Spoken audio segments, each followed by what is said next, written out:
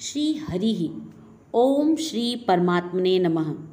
श्रीमद् भगवत गीता षोडशो अध्याय।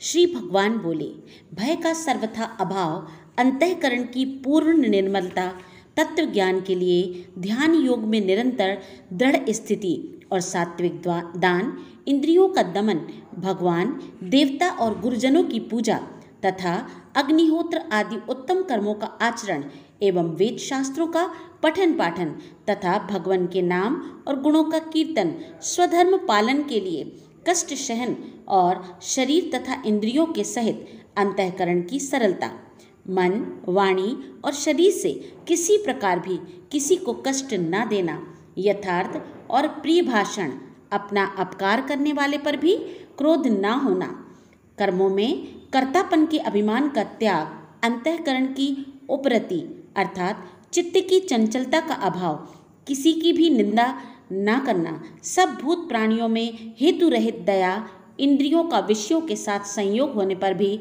उनमें आसक्ति का न होना, कोमलता, लोक और शास्त्र से विरुद्ध आचरण में लज्जा और व्यर्थ चेष्टाओं का अभाव, तेज, क्षमा, धैर्य, बाहर की शुद्धि एवं किसी में भी शत्रु भाव का ना होना और अपनों में पूज्यता के अभिमान का अभाव, ये सब तो हे अर्जुन दैवी संपदा को लेकर उत्पन्न हुए पुरुष के ही लक्षण हैं।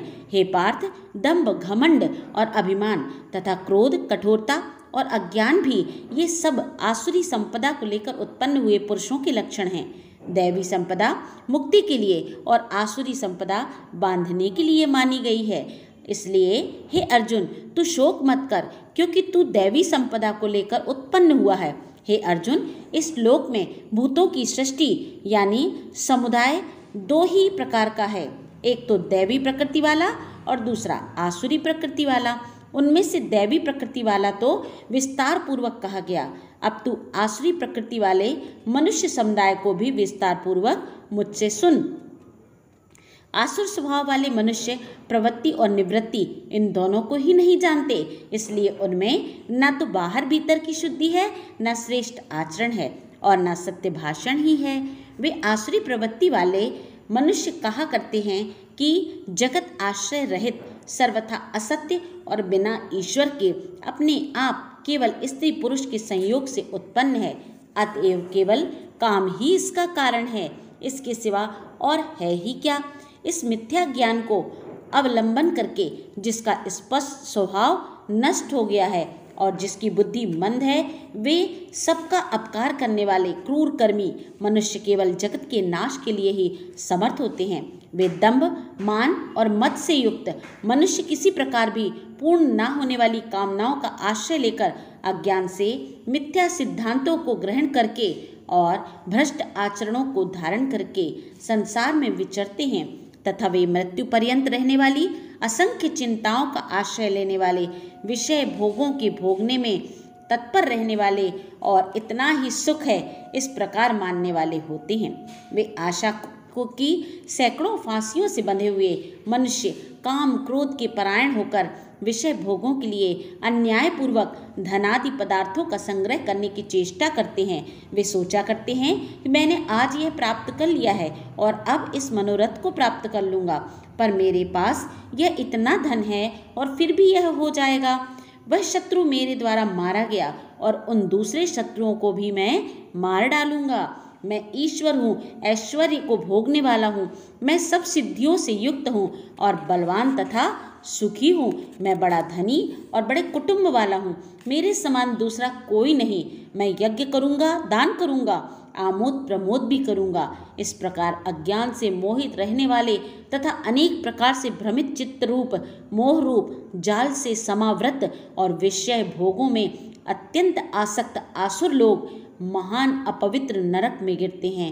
वे अपने आप को ही श्रेष्ठ मानने वाले घमंडी पुरुष धन और मान के मद से युक्त होकर केवल नाम मात्र के यज्ञों द्वारा पाखंड से शास्त्र विधि रहित यजन करते हैं।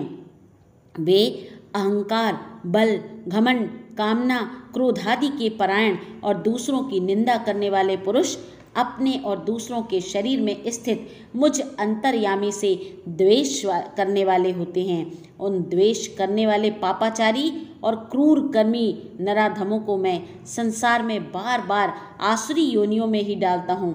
हे अर्जुन, वे मूढ़ मुझको न प्राप्त होकर ही जन्म जन्म में आसुरी योनि को प्राप्त होते हैं, फिर उससे भी अति नीच गति को प्राप्त होते हैं, अर्थात घोर नरकों में पड़ते हैं।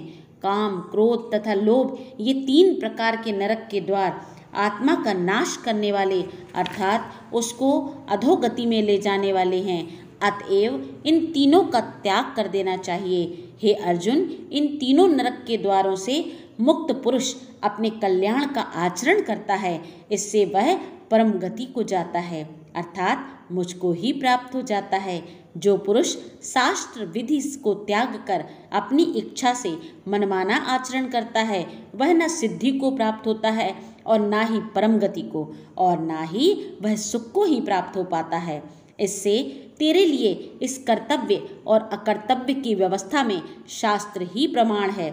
ऐसा जानकर तू शास्त्र विधि से नियत कर्म ही करने योग्य है। ओम तत्सदिति श्रीमद्भगवद्गीता सूपनिषस्तु ब्रह्म विद्यायाम योग शास्त्रे श्री कृष्णार्जुन संवादे दैवासुर संपदम विभाग योगो नाम षोडशो अध्याय समाप्त। बोलो श्री कृष्ण भगवान की जय।